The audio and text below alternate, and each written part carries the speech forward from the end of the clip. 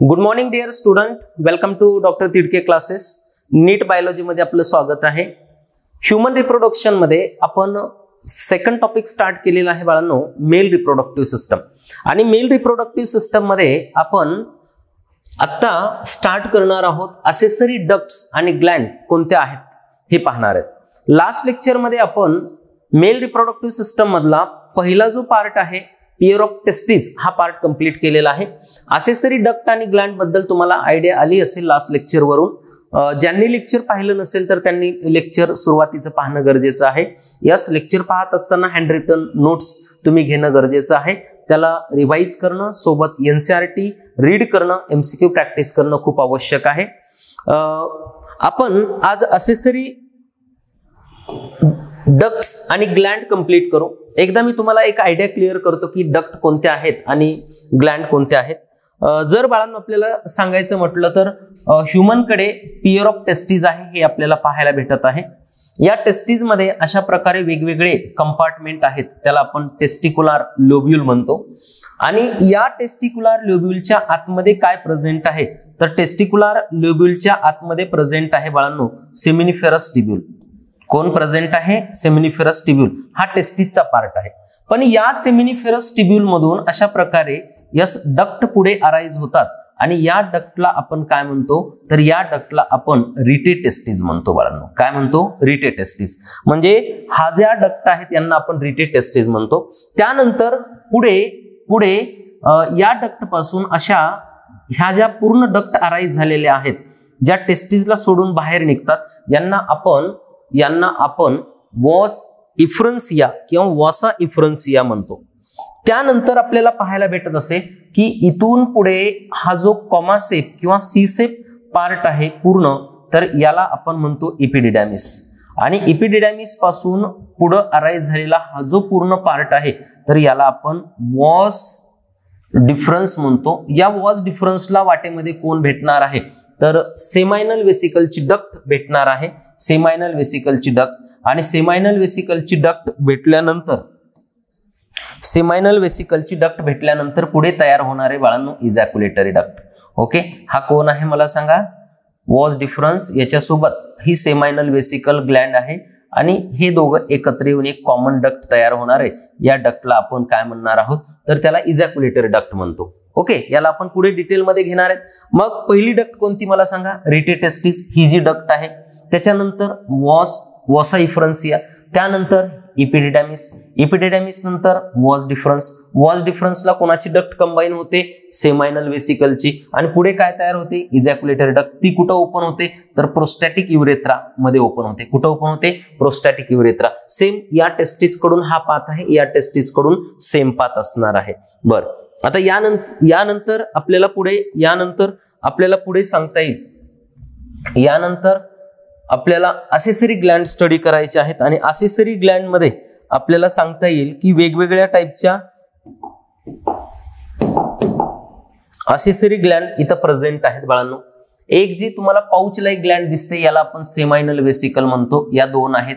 यानंतर त्याच्या खाली युरिनरी ब्लॅडरच्या बेसला प्रेझेंट असणारी एक ग्लँड आहे, त्याला आपण प्रोस्टेट म्हणतो. आणि त्याच्या बाजूला शेवटी पी साईजच्या दोन छोट्या छोट्या ग्लँड प्रेझेंट आहेत, यांना आपण म्हणतो bulbo urethral Gland. Bulbo urethral Gland किती आहेत? दोन. प्रोस्टेट किती आहे? एक. हे आपल्याला माहित पाहिजे. येस और नो? बर, मी आता स्टार्ट करत आहे पुढचा पार्ट. असेसरी डक्ट मध्ये जी पहिली डक्ट मी स्टार्ट करणार आहे बाळांनो तर ती आहे रिटे टेस्टिस. आता रिटे टेस्टिस बद्दल आपल्याला काय सांगता येईल बरं बाळांनो? रिटे टेस्टिस बद्दल आपल्याला इथे सांगता येईल ही डक्ट अराइज झालेली आहे कुणापासून तर रिटे टेस्टिस ही डक्ट अराइज झालेली आहे सेमिनिफेरस ट्यूब्यूल पासून. आणि पुढे कुणामध्ये ओपन होते तर वॉसा इफ्रन्सिया मध्ये ओपन होते. म्हणजे आपण इथं लिहू शकतो की रिटे टेस्टिस अराइजेस म्हणजे कुणापासून निघते तर arises from seminiferous tubule and open into vasa efferentia, open into vasa इफ्रन्सिया.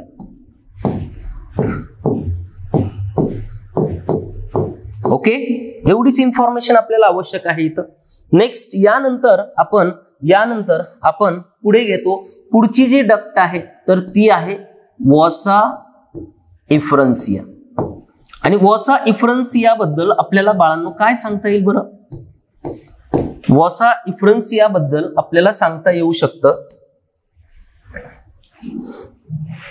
बघा. वॉसा इफ्रन्सिया ही जी डक्ट आहे तर ही डक्ट परत कुणापासून अराईज झाली आहे म्हणता येईल तुम्हाला? वॉसा इफ्रन्सिया ही जी डक्ट आहे बाळांनो तर ही डक्ट अराईज झालेली आहे बघा. मी पुढे कंटिन्यू करत आहे.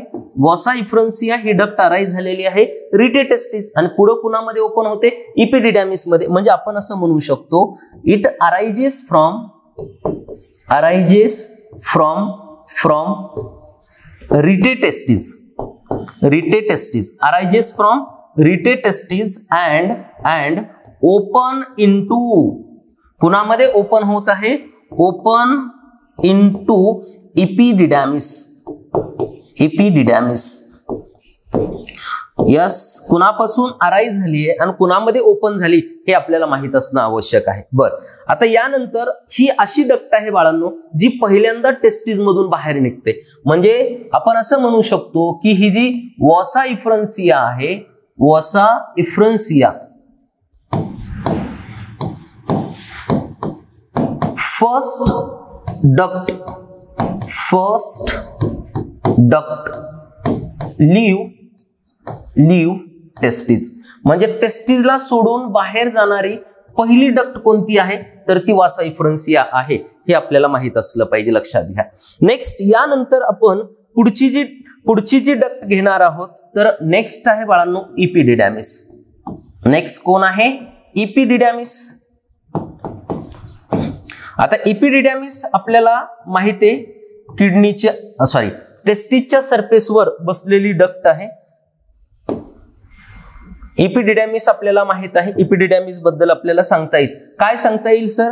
तर इपिडिडॅमिस ही जी डक्ट आहे तर ही सी शेप किंवा कॉमा शेप मध्ये असते. हायली कॉइल डक्ट आहे. 6 मीटर याची लेंथ आहे आणि टेस्टिसच्या पोस्टेरियर सरफेसवर बसलेली आहे. बरं, मी हेच पॉइंट इथं लिहिणार आहे. इपिडिडॅमिस बद्दल मला पहिला पॉइंट सांगता येईल की कसा शेप आहे? ही एकतर सी शेप आहे बाळांनो किंवा आपण त्याला कॉमा शेप म्हणू शकतो. कॉमा शेप, सी शेप किंवा कॉमा शेप आहे. Point number 1. Next second point मला सांगता येईल बाळांनो हायली कॉइल्ड आहे. बर, किती आहे सर? हायली कॉइल्ड आहे. लेंथ किती आहे बाळांनो? तर इपिडिडॅमिसची लेंथ आहे बाळांनो 6 मीटर. किती आहे? 6 मीटर. म्हणजे तुम्ही विचार करू शकता जवळपास 18 ते 20 फुटापर्यंत त्याची लेंथ आहे. आणि मग ही लॉंगेस्ट डक्ट म्हणून मोजली जाते. लॉंगेस्ट डक्ट आहे. कोण आहे? लॉंगेस्ट डक्ट आहे इपिडिडॅमिस. हे आपल्याला माहित असलं पाहिजे. नेक्स्ट यानंतर पुढचा पॉइंट आपल्याला सांगता येईल इपिडिडॅमिस कोणत्या सरफेसवर आहे तर टेस्टिसच्या पोस्टेरियर सरफेसवर आहे. Present on posterior surface of testis. खूप महत्वाचा पॉइंट आहे. एनसीईआरटी टेक्स्टबुक मध्ये मेन्शन केलं आहे. टेस्टिसच्या कोणत्या सरफेसवर आहे तर पोस्टेरियर सरफेसवर इपिडिडॅमिस आहे. हे आपल्याला माहित असलं पाहिजे बाळांनो. नेक्स्ट आता जर आपण इपिडिडॅमिसला जर पाहिलं तर इपिडिडॅमिसचे 3 पार्ट आहेत. इपिडिडॅमिसला 3 पार्ट्स मध्ये डिव्हाइड केलेला आहे बाळांनो. 3 पार्ट मध्ये डिव्हाइड केलेला आहे. त्याचा जो पहिला पार्ट आहे तर तो आहे हेड. एपिडिडॅमिसचा पहिला पार्ट आहे हेड. जो दुसरा पार्ट आहे बाळांनो त्याचा तर तो आहे बॉडी. आणि तिसरा जो पार्ट आहे एपिडिडॅमिसचा तर तो आहे टेल. खूप छान प्रकारे घेत आहे. यस, लेक्चर पाहणे, नोट डाऊन करणे आवश्यक आहे. जो हेड रिजन आहे तर या हेड रिजनला आपण म्हणतो कॅपट कॅपट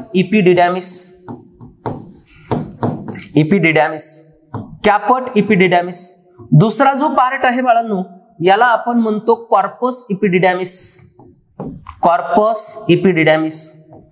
आणि जो तिसरा पार्ट आहे त्याला आपण म्हणतो कॉडा एपिडिडॅमिस. टेलला आपण म्हणतो बाळांनो कॉडा एपिडिडॅमिस. 3 पार्ट आहेत. हेड म्हणजे कॅपट, बॉडी म्हणजे कॉर्पस आणि टेल म्हणजे कॉडा. हे 3 पार्ट आहेत कुणाचे? एपिडिडॅमिसचे. हे आपल्या लक्षात आलं पाहिजे. बर, या 3 पार्ट मध्ये या स्पर्मचं टेम्पररी स्टोरेज होत असतं आणि स्पर्म मोटिलिटी आणि फर्टिलायझेशन कॅपॅसिटी अक्वायर करत असतो. हे आता मी पुढे लिहिणार आहे, लक्षात घ्या.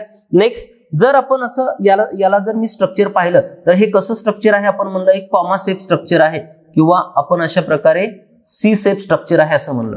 हा जो पार्ट आहे तर या पहिल्या पार्टला आपण त्याचा हेड म्हणू, ही त्याची बॉडी आहे असं कन्सिडर करू, आणि हा जो पार्ट आहे तर तो टेल पार्ट आहे असं आपण कन्सिडर करू शकतो. ओके, तर आता जर टेल मध्ये सांगायचं म्हटलं तर या हेड रिजन मध्ये येऊन कोण ओपन होणार आहे?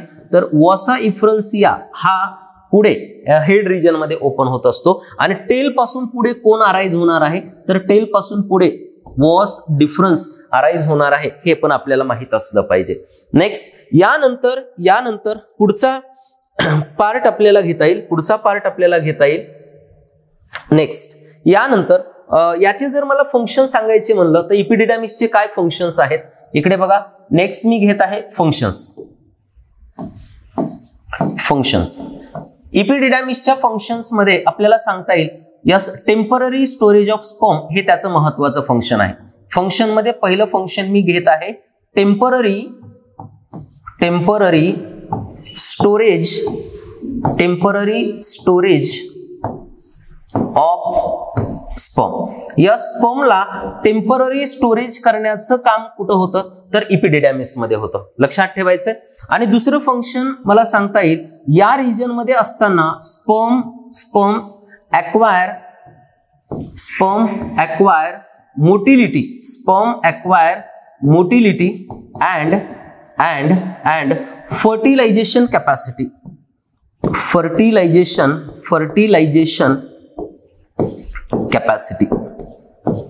समजते बाळांनो?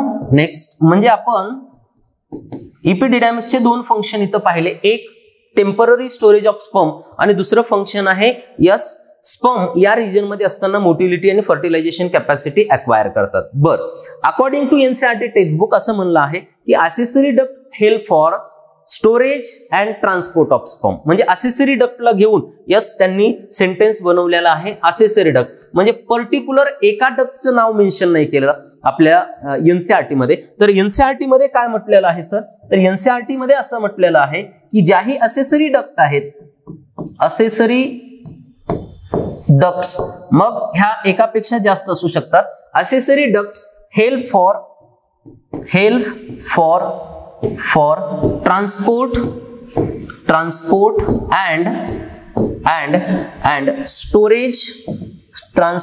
And storage of sperm.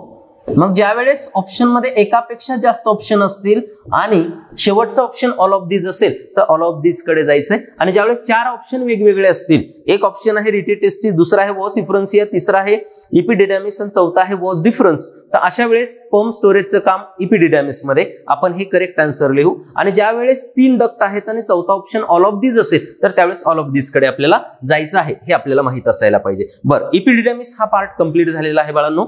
Next, पुढचा पार्ट मला इथे घेता येईल.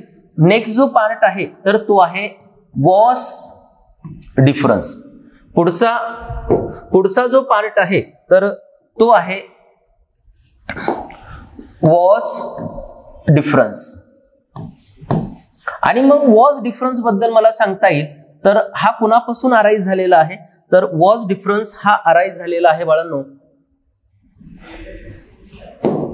एपिडिडॅमिस पासून. कुणापासून अराइज झालेला आहे?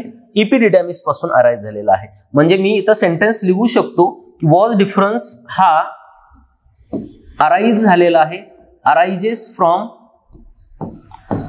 मोर करेक्ट मला सांगायचं म्हणलं तर arises from tail of epididymis. म्हणजे एपिडिडॅमिसच्या टेल पासून अराइज झालेला आहे. Arises from tail of epididymis, then ascend, वर जातो बाळांनो, then ascend into ascend into abdomen to form loop over urinary bladder and then combine with, पुढे जाऊन जोडला जातो, combine with कुणासोबत जोडला जातो बाळांनो, combine with duct of seminal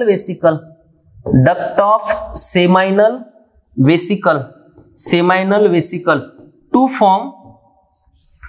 form ejaculatory duct. कोणती डक्ट तयार झाली बाळा, इजॅक्युलेटरी डक्ट. मग इजॅक्युलेटरी डक्ट कशी तयार झाली तर हे आपल्याला माहित पाहिजे. Ejaculatory ducts, yes or no. म्हणजे आपण इथं घेऊ शकतो की वॉज डिफरन्स अरायजेस फ्रॉम, कुठून अराइज झालेला आहे, tail of epididymis, then ascend into, वर ॲब्डोमेन मध्ये येतो, युरिनरी ब्लॅडरच्या सभोवताली लूप तयार करतो, पुढे जाऊन कुणासोबत कंबाईन होतो, डक्ट ऑफ सेमायनल वेसिकल जी ग्लँड आहे ती, आणि पुढे जाऊन तयार होते इजॅक्युलेटरी डक्ट. तर वॉज डिफरन्स बद्दल आपल्याला माहित असायला पाहिजे. वॉज डिफरन्सची लेंथ किती आहे सर, तर याची लेंथ असते बाळांनो 40 सेंटीमीटर. वॉज डिफरन्सची लेंथ किती आहे तर 40 सेंटीमीटर ही त्याची लेंथ आहे, लक्षात ठेवायचे. बर, वॉज डिफरन्स नंतर मला पुढे सांगता येईल कोणती डक्ट आहे बाळांनो, तर आता तयार झालेली इजॅक्युलेटरी डक्ट. आणि इजॅक्युलेटरी डक्ट बद्दल आपण इन्फॉर्मेशन घेऊ. आता आपल्याला माहितच झालंय की इजॅक्युलेटरी डक्ट्स तयार कशा होतात, तर आपल्याला सांगता येईल इथे इजॅक्युलेटरी डक्ट कशी तयार झालेली आहे. नेक्स्ट, आता इजॅक्युलेटरी डक्ट ही तयार झालेली आहे, लक्षात ठेवायचे. फॉर्म बाय कशाच्या युनियन तयार झाली, कॉम्बिनेशन. फॉर्म बाय कॉम्बिनेशन, कुणाचं कॉम्बिनेशन आहे बाळांनो, form by combination of vas deferens and ducts of seminal vesicle. लक्षात ठेवायचे, duct of seminal vesicle. Next, या दोघांच्या कॉम्बिनेशन इजॅक्युलेटरी डक्ट आहे. या डक्टची जर लेंथ आपण मेजर केली तर बाळांनो याची लेंथ आहे 2 सेंटीमीटर. किती लेंथ आहे, 2 सेंटीमीटर. म्हणजे काय आहे तर शॉर्टेस्ट डक्ट आहे, लक्षात ठेवायचंय, ही शॉर्टेस्ट डक्ट आहे. नेक्स्ट, आणि कुठे ओपन होते इजॅक्युलेटरी डक्ट, तर ejaculatory duct open into prostatic urethra.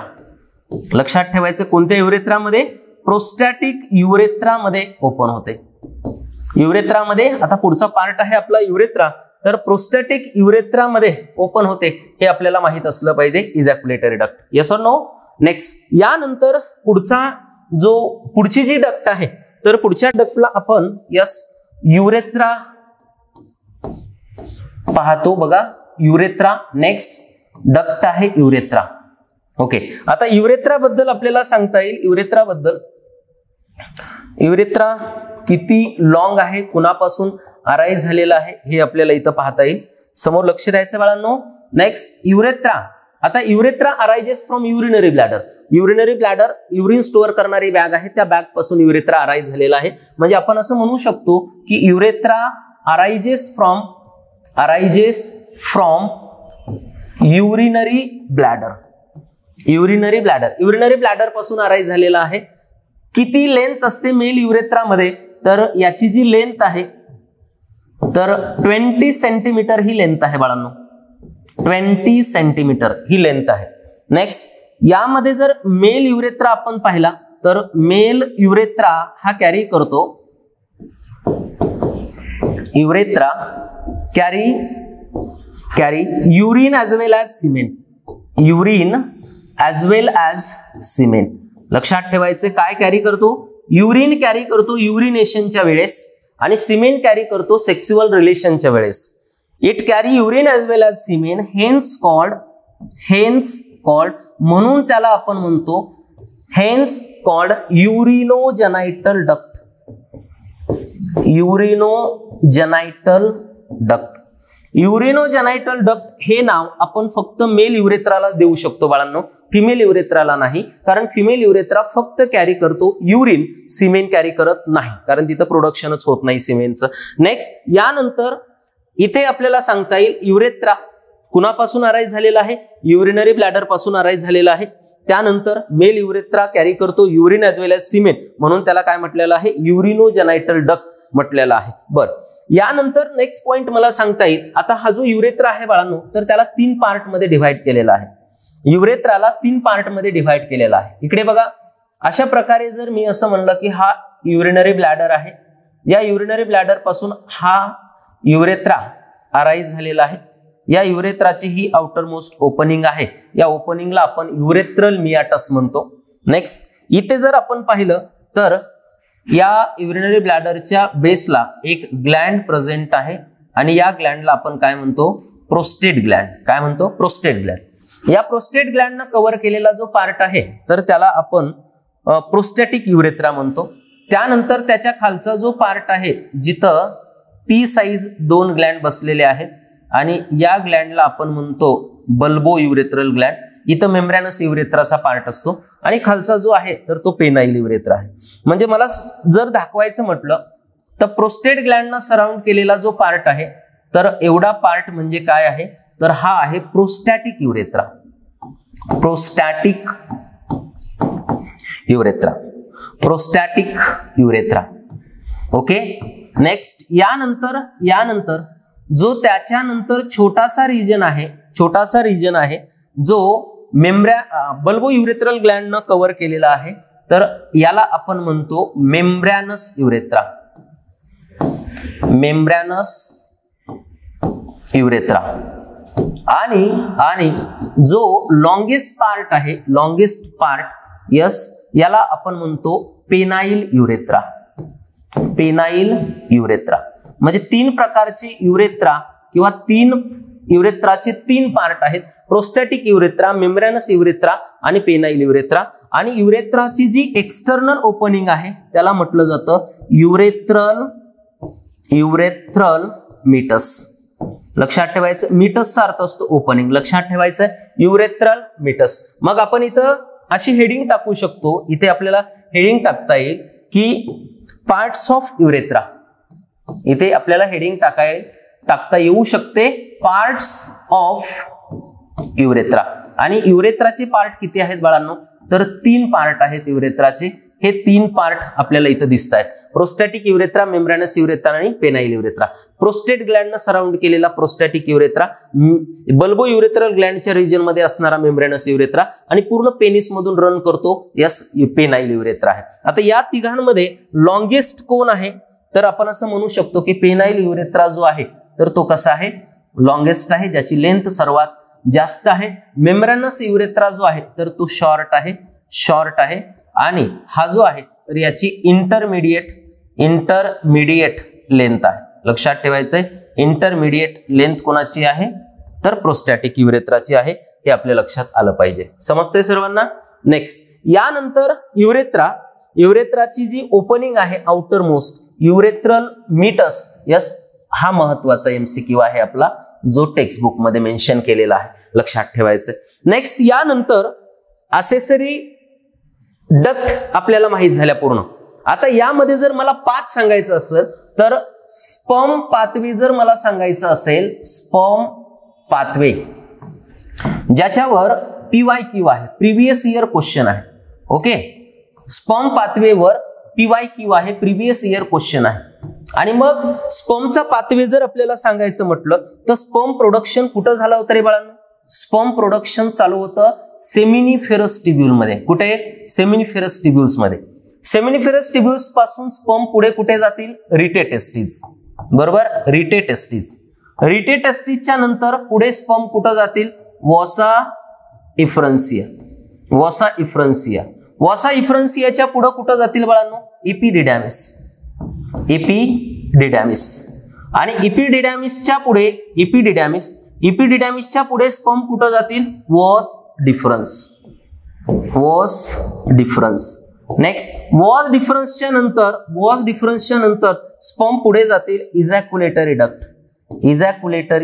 Duct. Okay, आणि इजॅक्युलेटरी डक्टच्या पुढे या स्पर्म जातील कुठे, युरेत्रा.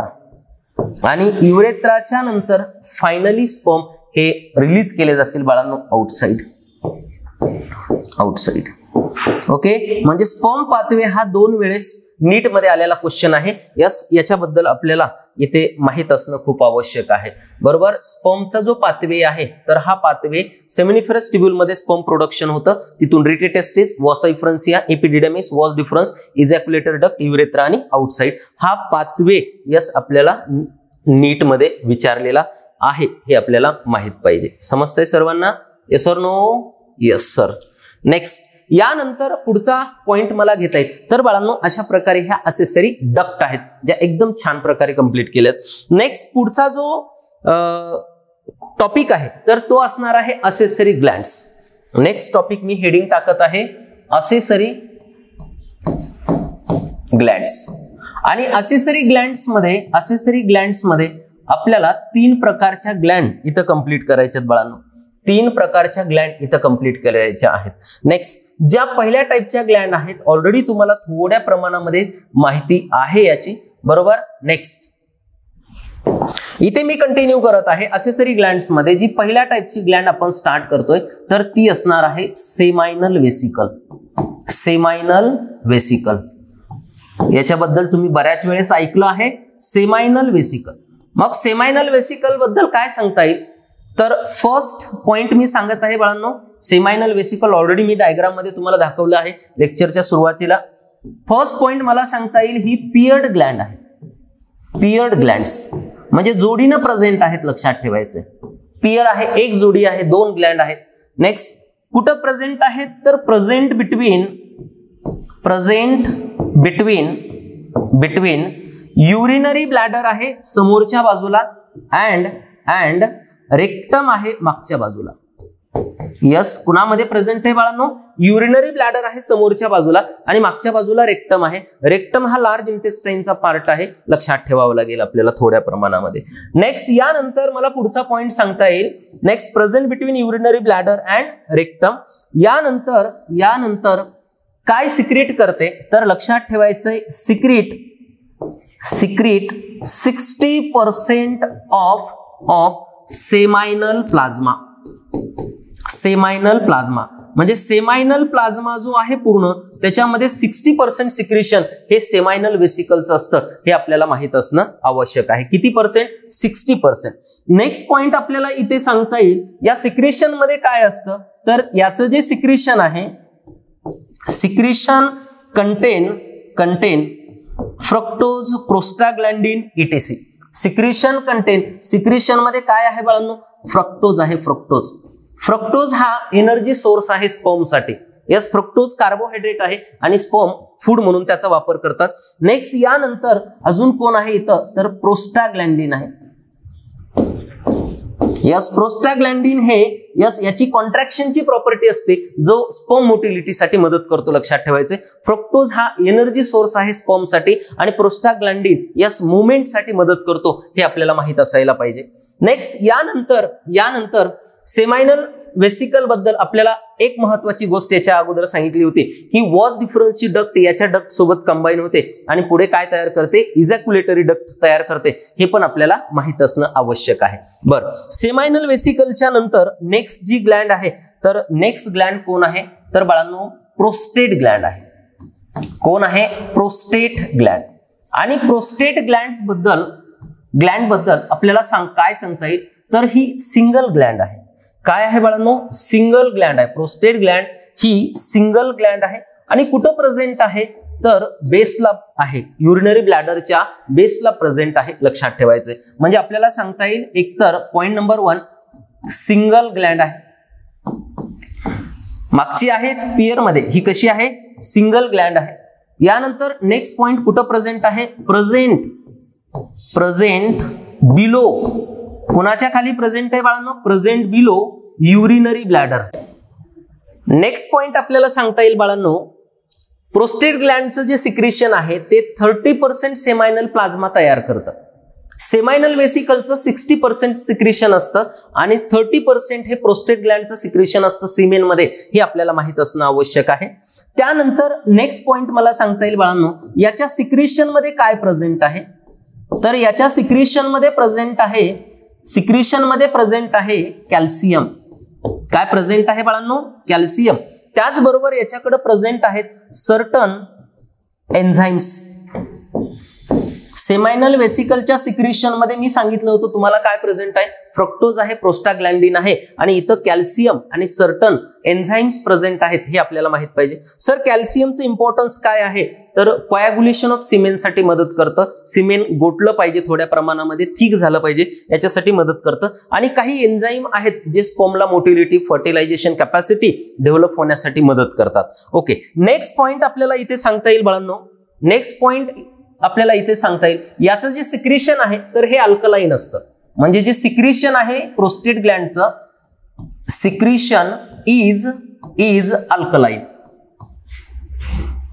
सिक्रेशन कसं आहे तर अल्कलाइन आहे, अल्कलाइन विच न्यूट्रलाइज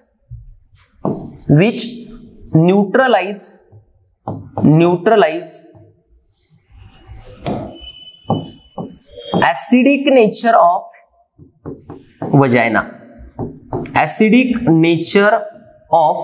vagina. या फ्लुइडचं जे नेचर आहे बाळांनो तर ते अल्कलाइन आहे. फिमेल मध्ये जो कॉप्युलेटरी ऑर्गन आहे वजायना तो ऍसिडिक झालेला असतो, कारण युरिन ऍसिडिक असल्यामुळे ऍसिडिक नेचर तयार झालेलं असतं तिथं. तर ते ऍसिडिक नेचर स्पर्मला किल करतं. मग ते ऍसिडिक नेचर न्यूट्रलाइज करण्यासाठी यस प्रोस्टेट ग्लँडचं जे फ्लुइड आहे तर ते न्यूट्रलाइज करायला मदत करतं, हे आपल्याला लक्षात येणं गरजेचं आहे. नेक्स्ट म्हणजे इन्सेमायनेशनच्या नंतर, सिमेंट डिपॉझिट झाल्यानंतर हे जे फ्लुइड आहे तर ऍसिडिक वजायनाला न्यूट्रलाइज करायला मदत करतं आणि स्पर्म मोटिलिटीला मदत करतं, लक्षात ठेवायचं. नेक्स्ट पॉइंट आपल्याला सांगता येईल, या ग्लँडचं जे सिक्रेशन आहे तर हे सिक्रेशन सिमेनला व्हाईटिश कलर प्रोव्हाइड करतं, लक्षात ठेवायचंय. सिक्रेशन प्रोव्हाइड whitish appearance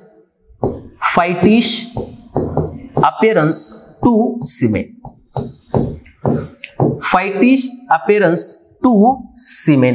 लक्षात ठेवायचे बाळांनो, सिमेनला व्हाईट अपिअरन्स या प्रोस्टेट ग्लँडच्या फ्लुइडमुळे भेटतं, हे आपल्याला माहित पाहिजे. नेक्स्ट प्रोस्टेट ग्लँड नंतर पुढे नेक्स्ट ग्लँड आपल्याला कंटिन्यू करता येईल बाळांनो, ती आहे बल्बो युरेथ्रल ग्लँड.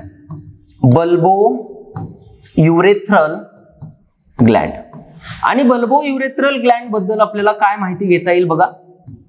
ऑलरेडी मी तुम्हाला डायग्राम मध्ये हे पण दाखवलेली आहे की बल्बो युरेथ्रल ग्लँड कुठं प्रेझेंट आहे.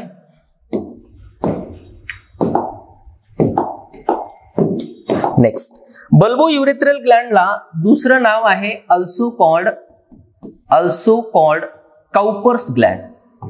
या ग्लँडला काय नाव आहे? काउपर्स. ज्या सायंटिस्टनं शोध लावला त्याचं नाव आहे काउपर्स ग्लँड म्हटलं जातं. Bulbourethral gland also called Cowper's Gland.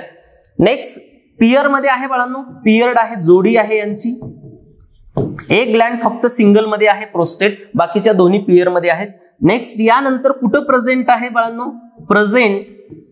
Present around membranous urethra. लक्षात ठेवायचंय, मेम्ब्रॅनस युरेथ्राच्या सभोवताली प्रेझेंट आहेत. यस, दोन्ही साइडला दोन प्रेझेंट असतात.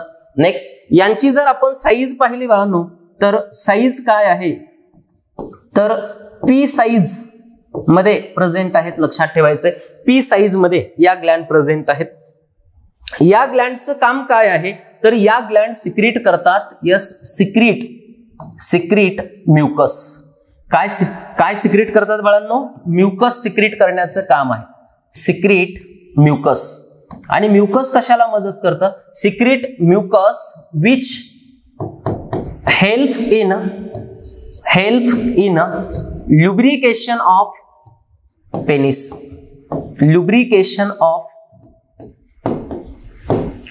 पेनिस. लक्षात ठेवायचं, पेनिसच्या लुब्रिकेशन साठी यस मदत करतात. Help in lubrication of penis, म्हणजे पेनिसला लुब्रिकेट करण्यासाठी या म्युकस सिक्रेशनची मदत होते. यस असं आपण इथं म्हणू शकतो. तर 3 प्रकारच्या ग्लँड आपण पाहिल्या, सेमायनल वेसिकल, प्रोस्टेट आणि बल्बोयुरेथ्रल ग्लँड. हे आपल्याला माहित पाहिजे. हे शेवटचा पॉइंट एनसीईआरटी टेक्स्टबुक मध्ये खूप प्रॉमिनंट मेन्शन केलेला आहे, तो माहित असला पाहिजे. बरं, यानंतर बाळांनो आपण पुढचा टॉपिक घेतोय आणि तो आहे एक्सटर्नल जेनायटेलिया. कोणता टॉपिक आहे? एक्सटर्नल जेनायटेलिया. मेल रिप्रोडक्टिव्ह सिस्टम मध्ये एक्सटर्नल जेनायटेलिया म्हणजे एक्सटर्नल अपीयर होणारे जेही स्ट्रक्चर आहेत, तर ते आपण इथं डिस्कस करण्याचा प्रयत्न करू. आणि एक्सटर्नल जेनायटेलिया मध्ये 2 स्ट्रक्चर इन्व्हॉल्व होतात. आणि कोणते आहेत 2 स्ट्रक्चर? तर ते आहे बाळांनो, फर्स्ट वन आहे स्क्रॉटम. आणि स्क्रॉटम आपण ऑलरेडी कंप्लीट केलेला आहे टेस्टिस शिकत असताना. स्क्रॉटम म्हणजे काय आहे? पाउच लाईक स्ट्रक्चर आहे ज्याच्यामध्ये टेस्टिस ठेवलेले आहेत. आणि दुसरं जे स्ट्रक्चर आहे तर ते आहे पेनिस. Next penis. मग आपल्याला इथं मेन पेनिस बद्दल आपल्याला स्टडी करायचं आहे. तर पेनिस फर्स्ट मी हेडिंग टाकत आहे इथं पेनिस. स्क्रॉटम आपण ऑलरेडी कंप्लीट केलेला आहे. पेनिस काय आहे बाळांनो? तर हा मेल कॉप्युलेटरी ऑर्गन आहे. पेनिस हा मेल कॉप्युलेटरी ऑर्गन आहे. मेल कॉप्युलेटरी ऑर्गन कोणता आहे? तर पेनिस हा मेल कॉप्युलेटरी ऑर्गन आहे. हे आपल्या लक्षात येणं गरजेचं आहे. लक्षात घ्या, पेनिस हा मेल कॉप्युलेटरी ऑर्गन आहे. म्हणजे सेक्सुअल रिलेशनच्या दरम्यान डायरेक्ट पार्टिसिपेट होणारा ऑर्गन कोणता आहे? तर पेनिस आहे. मेल कॉप्युलेटरी ऑर्गन आहे, लक्षात ठेवा. नेक्स्ट यानंतर पेनिस बद्दल आपल्याला सांगता येईल कशाला मदत करतो? तर हेल्प इन इनसेमायनेशन. इनसेमायनेशन म्हणजे काय आहे? तर transfer of sperm into female reproductive tract is called insemination. आणि इनसेमायनेशन साठी यस पेनिसची खूप गरज आहे. नेक्स्ट, यामध्ये एक स्पेशल टाईपच्या टिश्यू असतात. Content special type of tissue. contain special type of tissue which help in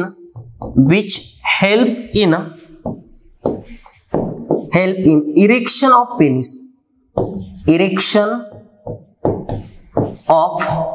penis. लक्षात ठेवायचंय, सेक्सुअल रिलेशनच्या वेळेस इरेक्शन ऑफ पेनिस साठी यस मदत करणाऱ्या टिश्यू प्रेझेंट असतात. त्याला कॉर्पोरा कॅव्हर्नोसा आणि कॉर्पस स्पॉन्जिओसम असं म्हटलं जातं. जर आपल्याला इथं शो करायचं असेल तर अशा प्रकारे आपण इथं दाखवू शकतो. जर पेनिसचा कट सेक्शन घेतला आणि कट सेक्शन मध्ये जर इथे आपण दाखवण्याचा प्रयत्न केला तर अशा प्रकारे आपल्याला इथं पाहायला भेटू शकतं.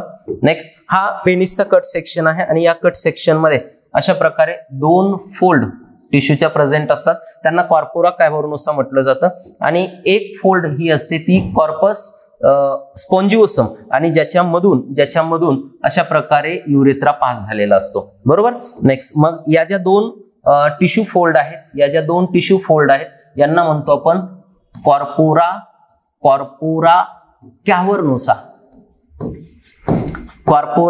कॅव्हर्नोसा. आणि ही जी एक फोल्ड आहे टिश्यूची याला आपण म्हणतो कॉर्पस स्पॉन्जिओसम. आणि कॉर्पस स्पॉन्जिओसम याच्यामधून बाळांनो यस युरेथ्रा पास झालेला आहे. Urethra passes. Next, okay. अशा प्रकारे यस टीएस ऑफ पेनिस आपण म्हणू शकतो. याच्या प्रकारे या 2 प्रकारच्या टिश्यू आहेत.